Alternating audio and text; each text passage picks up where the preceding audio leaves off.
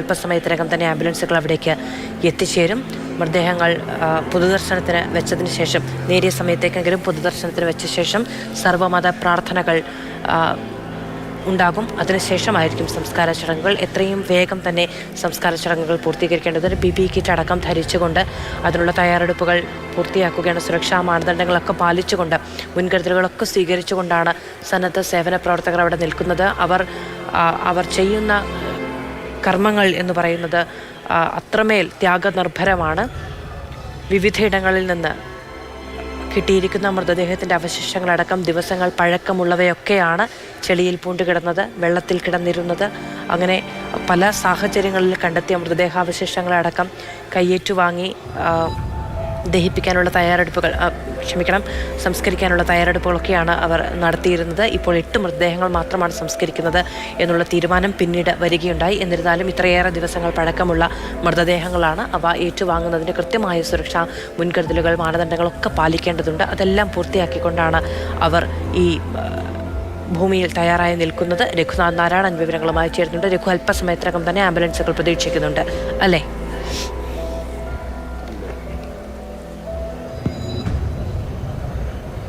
അതെ, അവിടെ നിന്ന് പരമാവധി പോയാൽ ഒരു 3/4 മണിക്കൂറേ വേണ്ടി വരത്തുള്ളൂ ഇങ്ങോട്ടുള്ള ദൂരം താണ്ടാൻ. ആംബുലൻസ് ആയതുകൊണ്ട് കുറച്ചുകൂടി വേഗത്തിലെത്തുമെന്ന് പ്രതീക്ഷിക്കുന്നു. അതുകൊണ്ട് തന്നെ എല്ലാവരും ആ ഭാഗത്തായിട്ടാണ് റോഡ്. നമുക്ക് ആംബുലൻസ് വരുമ്പോൾ കുറച്ചധികം ദൂരത്ത് നിന്ന് തന്നെ കാണാൻ വേണ്ടി സാധിക്കും. പക്ഷേ ഇതുവരെ നമ്മുടെ ഒരു കാഴ്ചാ പരിധിയിലേക്ക് ആംബുലൻസുകൾ എത്തിയിട്ടില്ല. മധു പറഞ്ഞതുപോലെ തന്നെ 8 ആംബുലൻസുകളാണ്, 8 മൃതദേഹങ്ങളാണ് ഇന്നിവിടെ പുത്തുമലയിൽ സംസ്കരിക്കുക. നേരത്തെ തന്നെ തീരുമാനിച്ചിരുന്നത്, അവരെ അറിയിച്ചിരുന്നത് 29 കുഴികൾ എടുക്കാൻ വേണ്ടിയായിരുന്നു. 30 കുഴികൾ എടുത്തിരുന്നു. ഇതിനുശേഷം വൈകുന്നേരത്തോടു കൂടിയാണ് 8 മൃതദേഹങ്ങൾ മാത്രമേ സംസ്കരിക്കുന്നുള്ളൂ എന്ന് തീരുമാനിച്ചത്. അതിൻ്റെ അടിസ്ഥാനത്തിൽ വീണ്ടും 8 കുഴികൾ കൂടി എടുത്തിട്ടുണ്ട്. PPE കിറ്റ് ധരിച്ച് വിവിധ സന്നദ്ധ സംഘടനയിൽപ്പെട്ട, അതായത് DYFI, യൂത്ത് കോൺഗ്രസ്, സേവാഭാരതി, അങ്ങനെ വിവിധ സംഘടനയിൽപ്പെട്ട ആളുകൾ ഇവിടെ PPE കിറ്റ് ധരിച്ച് മൃതദേഹം സംസ്കരിക്കാനുള്ള തയ്യാറായിട്ട് നിൽക്കുകയാണ്. വൈകുന്നേരം 4 മണി മുതൽ തന്നെ ഇവർ ഇത്തരത്തിൽ പൂർണ്ണ സജ്ജരായി. കാരണം ഈ പ്രദേശം എന്ന് പറയുന്നത് പുത്തുമലയിൽ 5 വർഷം മുമ്പ് ഉരുൾപൊട്ടിയപ്പോൾ തേയില കൃഷി അടക്കം ഒലിച്ചുപോയൊരു പ്രദേശമാണ്. കുറ്റിക്കാട് നിറഞ്ഞൊരു പ്രദേശമായിരുന്നു. അത് വളരെ വേഗത്തിൽ തന്നെ സന്നദ്ധ പ്രവർത്തകരുടെയൊക്കെ സഹകരണത്തോടു കൂടി വളരെ വേഗത്തിൽ തന്നെ വൃത്തിയാക്കി കുഴികളെടുത്ത് 4 മണിയോടുകൂടി തന്നെ എല്ലാവരും കാത്തിരിക്കുകയാണ്. അങ്ങ് ദൂരെ മാറി ഈ ഉരുൾപൊട്ടലിൽ മരിച്ചവരുടെ അല്ലെങ്കിൽ തിരിച്ചറിയാൻ കഴിയാത്തവരുടെ, ഇതുവരെ കണ്ടെത്താത്തവരുടെ ഒക്കെ ബന്ധുക്കൾ ദൂരെ മാറി ഇങ്ങനെ നിൽക്കുന്നുണ്ട്. ഈ മൃതദേഹങ്ങൾ തങ്ങളുടെ പ്രിയപ്പെട്ടവരാണ് എന്ന് കരുതി അന്ത്യോപചാരം അർപ്പിക്കാൻ വേണ്ടിയാണ് അവരെല്ലാം തയ്യാറായിട്ട് നിൽക്കുന്നത്. ഇപ്പോൾ നേരത്തെ അറിയിച്ചിരുന്നത് ഈ മൃതദേഹാവശിഷ്ടങ്ങൾ, അതായത് മലപ്പുറം അടക്കമുള്ള സ്ഥലത്ത് നിന്ന്, പുഴയോരത്ത് നിന്ന് കണ്ടെത്തിയ മൃതദേഹാവശിഷ്ടങ്ങളടക്കം സംസ്കരിക്കുമെന്നായിരുന്നു നേരത്തെ അറിയിച്ചിരുന്നത്. പക്ഷേ അത് ഏത് രീതിയിൽ കൈകാര്യം ചെയ്യണമെന്നുള്ള കാര്യത്തിൽ തീരുമാനം ആയിട്ടില്ല. എന്തായാലും നാളെയോടുകൂടി അക്കാര്യത്തിലുള്ളൊരു തീരുമാനം ഉണ്ടാകുമെന്നാണ് പ്രതീക്ഷിക്കുന്നത്. മലപ്പുറത്ത് നിന്നാണ് കൂടുതൽ മൃതദേഹങ്ങൾ കണ്ടെത്തിയത്. അത് നേരിട്ട് റിപ്പോർട്ട് ചെയ്ത ആളാണ് അരുൺ. എന്തൊക്കെ രീതിയിലുള്ള മൃതദേഹാവശിഷ്ടങ്ങളായിരുന്നു അന്ന് പുഴയിൽ നിന്ന് കിട്ടി? ഈ രാവിലെ തന്നെ ഈ ഒരു ഉരുൾപൊട്ടൽ ഉണ്ടായിരുന്ന വാർത്ത നമ്മൾ 3 മണിയോടുകൂടി അറിയുകയാണ്. രാവിലെ പുറപ്പെട്ടു 3:30 തന്നെ. 6 മണിയാകുമ്പോൾ തന്നെ നമ്മൾ ആദ്യമായി ഒരു കുഞ്ഞിൻ്റെ മൃതദേഹം എത്തിയിരുന്നു, 3 വയസ്സ് പ്രായമുള്ള. പിന്നീടുള്ള ഓരോ മൃതദേഹങ്ങൾ എത്തുമ്പോഴും മൃതദേഹ അവശിഷ്ടങ്ങൾ മാത്രമാണ്, ഉടലുണ്ടായിരുന്നില്ല. തലയെന്നൊക്കെ എല്ലാം വേർപെട്ട അത്തരത്തിലുള്ള മൃതദേഹ അവശിഷ്ടങ്ങൾ മാത്രമാണ് കിട്ടിയത്. അങ്ങനെ തിരിച്ചറിയാത്ത അത്രയും മൃതദേഹങ്ങൾ ഇപ്പോഴും ഇന്ന് വൈകിട്ട് കൂടി ഒരു സംഘത്തിന് കിട്ടി. അവിടെ തിരച്ചിൽ തുടർന്നുകൊണ്ടേയിരിക്കുകയാണ്. ദുഷ്കരമായ ഒരു ദൗത്യമാണ്. അവിടെയാണ് ഇപ്പോഴും തിരച്ചിൽ തുടർന്നുകൊണ്ടേയിരിക്കുന്നത്. അത്തരത്തിൽ നമുക്ക് ഒരു നാടിൻ്റെ ഒരു ദുരന്തത്തിൻ്റെ അവശേഷിപ്പുകൾ, ഒരു നാടിൻ്റെ വേദന, ഇപ്പോഴിവിടെ കൂടിയിരിക്കുന്ന ഒരുപാട് ആളുകളുണ്ട്. ഇവരൊക്കെ അറിയാവുന്നവരാണ്. പക്ഷേ ഇവരൊക്കെ അറിയാതെ പോവുകയാണ്. ആരൊക്കെയാണ് എന്താണെന്ന് അറിയാതെ അവരെ യാത്രയാക്കാൻ നിൽക്കുകയാണ്. ഇവരെയൊക്കെ ഉറ്റവരായിരിക്കാം, അവരുടെയൊക്കെ സുഹൃത്തുക്കളായിരിക്കാം. ദുരിത മേഖലയിൽ പോയ ആളാണ് അരുൺ. അപ്പോൾ അവിടെയൊക്കെ ചെന്നാൽ നമ്മൾ കാണാൻ സാധിക്കുന്നത് ഒന്നുകിൽ ഒരാളെ തിരയുന്ന അങ്ങനെയുള്ള ആളുകളാണ് നമുക്ക് ചുറ്റുമുള്ളത്. അവരുടെ, നേരത്തെ മധു പറഞ്ഞ പോലെ തന്നെ, അവരുടെ കണ്ണുകളുണ്ട്. ആദ്യ 2 ദിവസം ഞാൻ ദുരിതാശ്വാസ ക്യാമ്പുകളുണ്ട്. അവർ നിർവികാരരാണ്. അവർക്കൊന്നും പറയാനില്ല.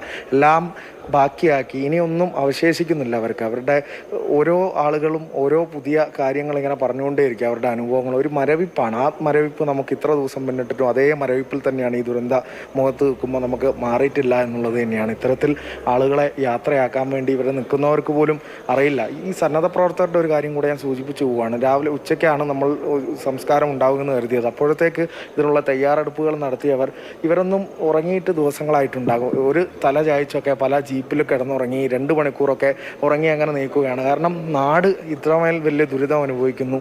അവർ നേരത്തെ മാധുവൊക്കെ പറഞ്ഞ കാര്യമുണ്ട്. അതുപോലെ രക്ഷപ്പെട്ടു പോയവരായിരിക്കാം, തലനാരിക്ക് രക്ഷപ്പെട്ടവരായിരിക്കാം, പലരെയും നഷ്ടപ്പെട്ടവരായിരിക്കാം. ഈ വേദന ഇവരെക്കാളേറെ ആർക്കും അറിയില്ല എന്നുള്ളതാണ്. ഈ വേദന നെഞ്ചിലേറ്റിക്കൊണ്ടാണ് അവർ ഈ ആളുകളെ യാത്ര അയക്കാൻ വേണ്ടി നിൽക്കുന്നത്. 12 കിലോമീറ്ററാണ് മേപ്പാടിയിൽ നിന്ന് ഇങ്ങോട്ടേക്ക് ഉള്ളത്, പുത്തുമലയിലേക്ക്. അപ്പോൾ ആദ്യം അവിടെ സർവ്വമത മുകളിലത്തെ പന്തലിൽ എന്തൊക്കെ ക്രമീകരണങ്ങളാണുള്ളത്? ആരൊക്കെ മന്ത്രിമാരാണ്?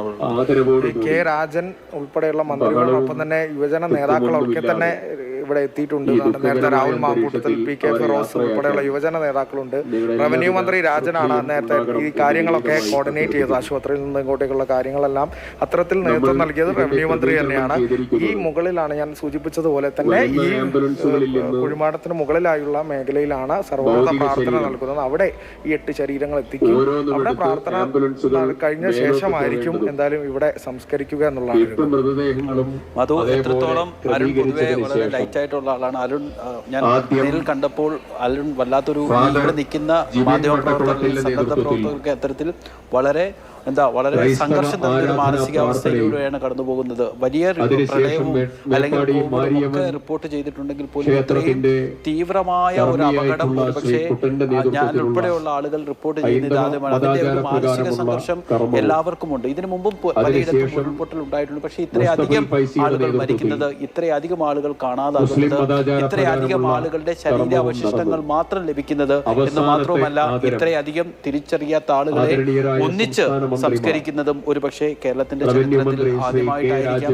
അതിന്റെ ഒരു മാനസിക സംഘർഷത്തിലൂടെയാണ് എല്ലാവരും കടന്നു പോകുന്നത് എന്ന് മാത്രവുമല്ല, നമ്മളൊരു ദുരിതാശ്വാസ ക്യാമ്പിൽ പോയാൽ അല്ലെങ്കിൽ ദുരിതബാധിത മേഖലയിലേക്ക് പോയാൽ അവിടെ നമ്മൾ 2 പേരെ കണ്ടാൽ അതിൽ ഒരാൾ തങ്ങളുടെ പ്രിയപ്പെട്ടവർക്ക് വേണ്ടി കാത്തിരിക്കുന്നവരാണ്. പ്രിയപ്പെട്ടവരെ ആ ദുരിതത്തിൽ അകപ്പെട്ടു പോയ പ്രിയപ്പെട്ടവർ ജീവനോടുകൂടി തിരിച്ചു വരുമെന്ന് പ്രതീക്ഷിച്ചു കഴിയുന്നവരാണ്.